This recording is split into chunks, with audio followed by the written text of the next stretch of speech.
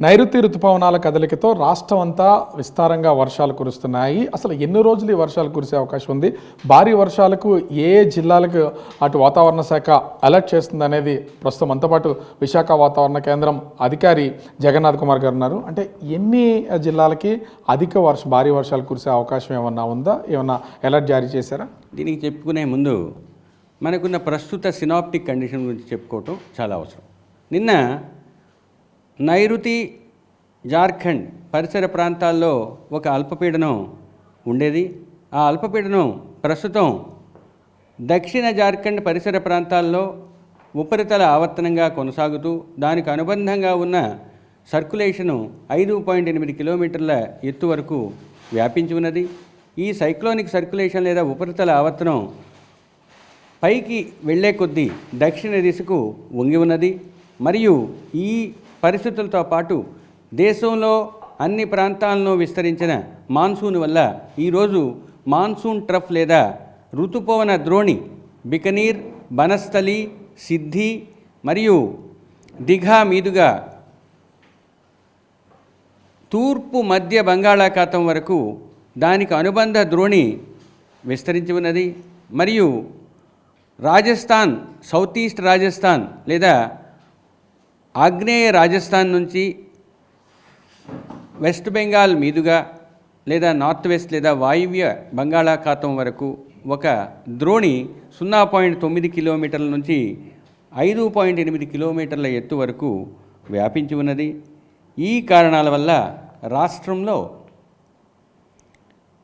పలు చోట్ల ముఖ్యంగా ఉత్తర కోస్తా జిల్లాల్లో ఈరోజు పలు చోట్ల తేలికపాటి నుంచి మోస్తరు వర్షపాతం నమోదయ్యే అవకాశం ఉంది.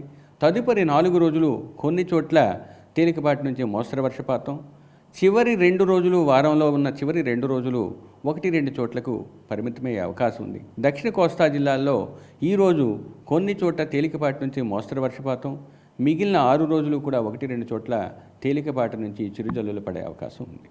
అంటే ముఖ్యంగా అల్పపీడన ద్రోణిని ఏమన్నా ఏర్పడే అవకాశం ఉందా? ఆ సూచనలు ఏమైనా కనిపిస్తున్నాయి? ఇప్పుడు ప్రెజెంట్ ఉన్నవంతా కూడా మాన్సూన్ లేదా ఋతుపవనాలకు సంబంధించిన అప్పర్ ఎయిర్ సర్క్యులేషన్స్ మరియు ద్రోణుల వల్ల ఈ వర్షాలు పడుతున్నాయి. రాబోయే వారం రోజులు కూడా అటువంటి పరిస్థితులే ఉండే అవకాశం ఉంది. మరియు రాబోయే 5 రోజుల్లో ఉత్తర కోస్తా జిల్లాల్లో వీటితో పాటు వర్షాలతో పాటు ఉరుములు మెరుపులు కూడా కొనసాగే అవకాశం ఉంది. ఈ ఉత్తరాంధ్ర జిల్లాలకు సంబంధించి ముఖ్యంగా ఈ 6 జిల్లాల్లో అసలు వర్షాభావ పరిస్థితులు ఎలా ఉండబోతున్నాయి? ఏమైనా జాగ్రత్తలు తీసుకోవాలా? వర్షాభావం ప్రస్తుతానికి లేదు. వర్షం పడుతూనే ఉందిగా. వర్షం ఇప్పుడు ప్రెజెంట్ ఉన్న కండిషన్స్లో ఉత్తర కోస్తా జిల్లాలకి కొన్ని ప్రాంతాల్లో రాబోయే 4 రోజులు కూడా ఉన్నాయి. ఈరోజు అధిక ప్రాంతాల్లో ఉండే అవకాశం ఉంది. కాబట్టి వర్షం ఈ వారం రోజులు కూడా చెదురుముదురుగా అయినా కొనసాగే అవకాశం ఉత్తర కోస్తా జిల్లాలకు ఉన్నాయి. ఇంకా కోస్తా జిల్లాల్లో రాబోయే 5 రోజులు కూడా భూ ఉపరితలం మీద సుస్థిరమైన బలమైన గాలులు 40 నుంచి 50 కిలోమీటర్ల వేగంతో వీచే అవకాశం ఉత్తర దక్షిణ కోస్తా జిల్లాల్లో కొన్ని చోట్ల ఉండే అవకాశం ఉంది. మరియు ముఖ్యంగా ఉత్తర కోస్తా జిల్లాలైన పార్వతీపురం మన్యం, అల్లూరి సీతారామరాజు, ఏలూరు జిల్లాల్లో రాబోయే 24 గంటల్లో 1-2 చోట్ల భారీ వర్షపాతం నమోదయ్యే అవకాశం ఉంది. గడిచిన 24 గంటల్లో రాష్ట్రంలో ముఖ్యంగా కోస్తా జిల్లాల్లో ఏలూరు జిల్లా వేలేర్పాడులో 10 సెంటీమీటర్ల వర్షపాతం మరియు అల్లూరు సీతారామరాజు జిల్లాలోని కూనవరంలో 9, ఏలూరు జిల్లా కుకునూరులో 8, అల్లూరు సీతారామరాజు జిల్లాలోని చింటూరులో 5 సెంటీమీటర్ల వర్షపాతం పడింది. దీంతో పాటు రాష్ట్రంలో పలు చోట్ల అధికమైన చోట్ల తేలికపాటి నుంచి మోస్తరు వర్షపాతం నమోదైంది. మత్స్యకారులకు ఏమైనా సూచన కానీ లేకపోతే ఏమైనా అలర్ట్ ఏమైనా చేసే అవకాశం? అడిగారు.